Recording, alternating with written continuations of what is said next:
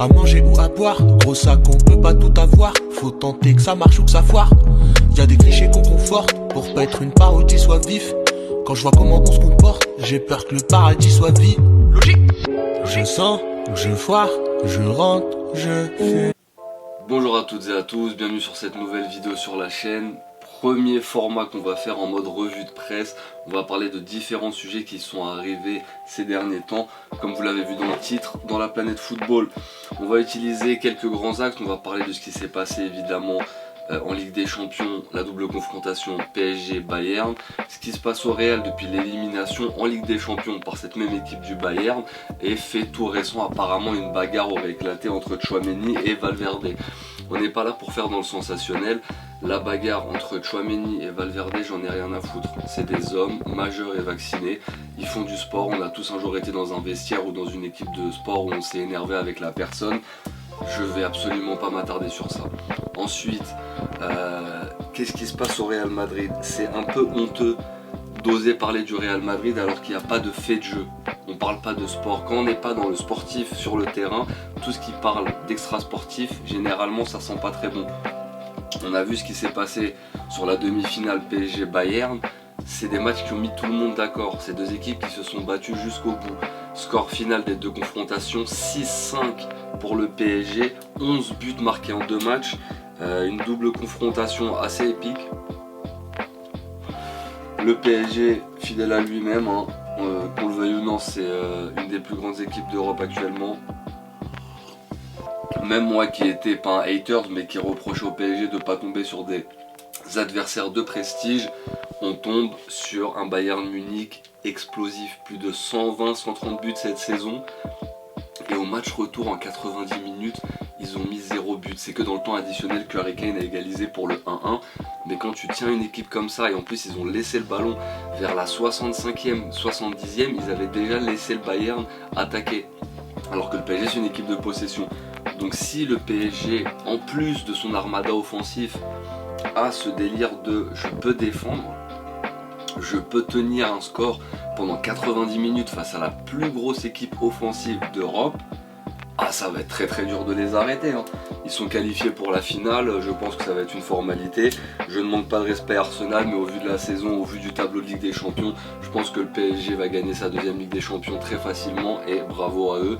Moi je me suis régalé, vraiment la double confrontation, et je suis supporter du Real, vous le savez très bien. Mais là, ce qui s'est passé sur le terrain, le match aller, le 5-4, il y avait un moment où le PSG était à 5-2 dans le match, le Bayern est revenu à 5-4, c'était incroyable. Donc ça j'ai beaucoup aimé, parce que c'est deux équipes qui ont joué un football total. La défense, ils y sont allés avec le cœur, ils savent qu'il y a deux armadas offensives, et j'ai vraiment été très impressionné par la défense du PSG. Pacho, Marquinhos, Warren Zaïre-Emery, Achraf Hakimi, Nuno Mendes, ces 5 là, et je dis bien ces 5 là parce que Warren fait un super match en tant qu'arrière droit. Bonjour, moi j'avais un peu des doutes par rapport au gardien du PSG. Parce que je sais pas, dans son attitude, dans son look, il m'inspirait pas confiance. Mais déjà il est très solide. Et quand tu as une défense avec ces 4 mecs ou 5 mecs là devant toi, c'est compliqué d'y aller. Il y a eu quelques frappes, mais c'était vraiment pas des frappes où il a dû faire des grands arrêts, c'était des frappes au sol ou quoi. Vraiment le Bayern a été très limité. Olysée a été très limité, même si Nuno Mendes parfois c'était un peu difficile pour lui, on est quand même devant Michael Olysée qui fait la saison de sa vie, une saison incroyable au niveau des stats. Et que le PSG ait surmonté cette épreuve qui était le Bayern, pour moi on ne peut plus rien dire. Ils sont arrivés dans un stade où on ne peut pas critiquer leur jeu, leur envie. Ils l'ont déjà prouvé l'année dernière, mais là la double confrontation, ce qu'ils ont fait contre le Bayern, je pense que c'est le niveau le plus abouti de l'histoire du PSG. Cette double confrontation là, on va s'en rappeler pendant encore très très longtemps, plus que la finale je pense. Ensuite on quitte l'émerveillement du football pour aller dans les méandres de la tristesse du Real Madrid. C'est compliqué, passer de PSG Bayern au Real Madrid. Énormément de vidéos, je voulais pas faire de vidéos pour pas tirer sur l'ambulance, tu vois.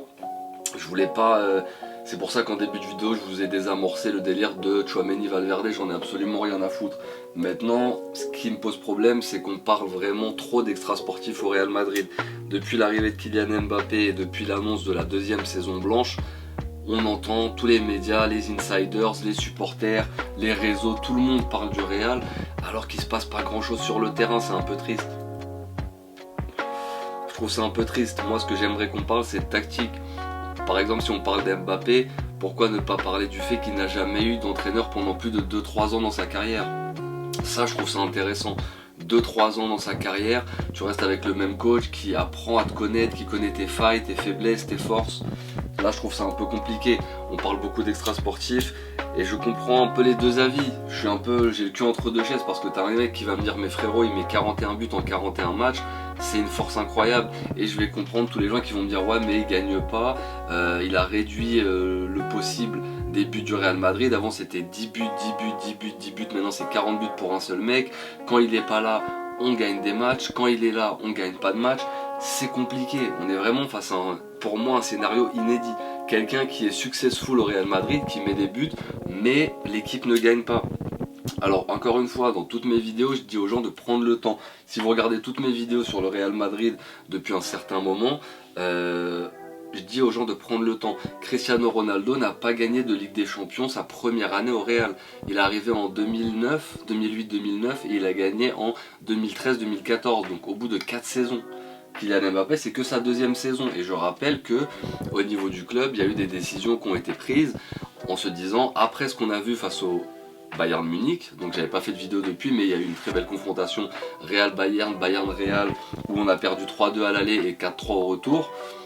C'était déjà énormément de buts, c'était déjà énormément de spectacles, et je crois que de ce que j'ai entendu, que ce soit les journalistes, les insiders, qui disaient que à Madrid, on est content de l'effectif, on va bosser dessus.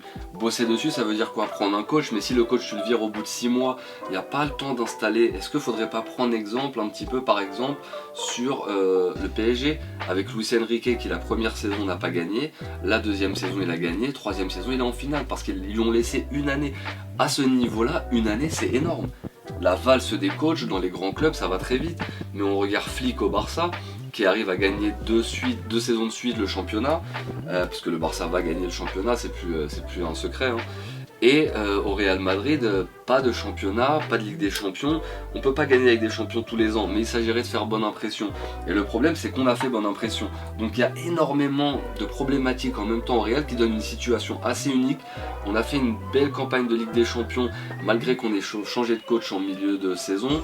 On s'est effondré en Liga, malgré les bonnes stats de Kylian Mbappé.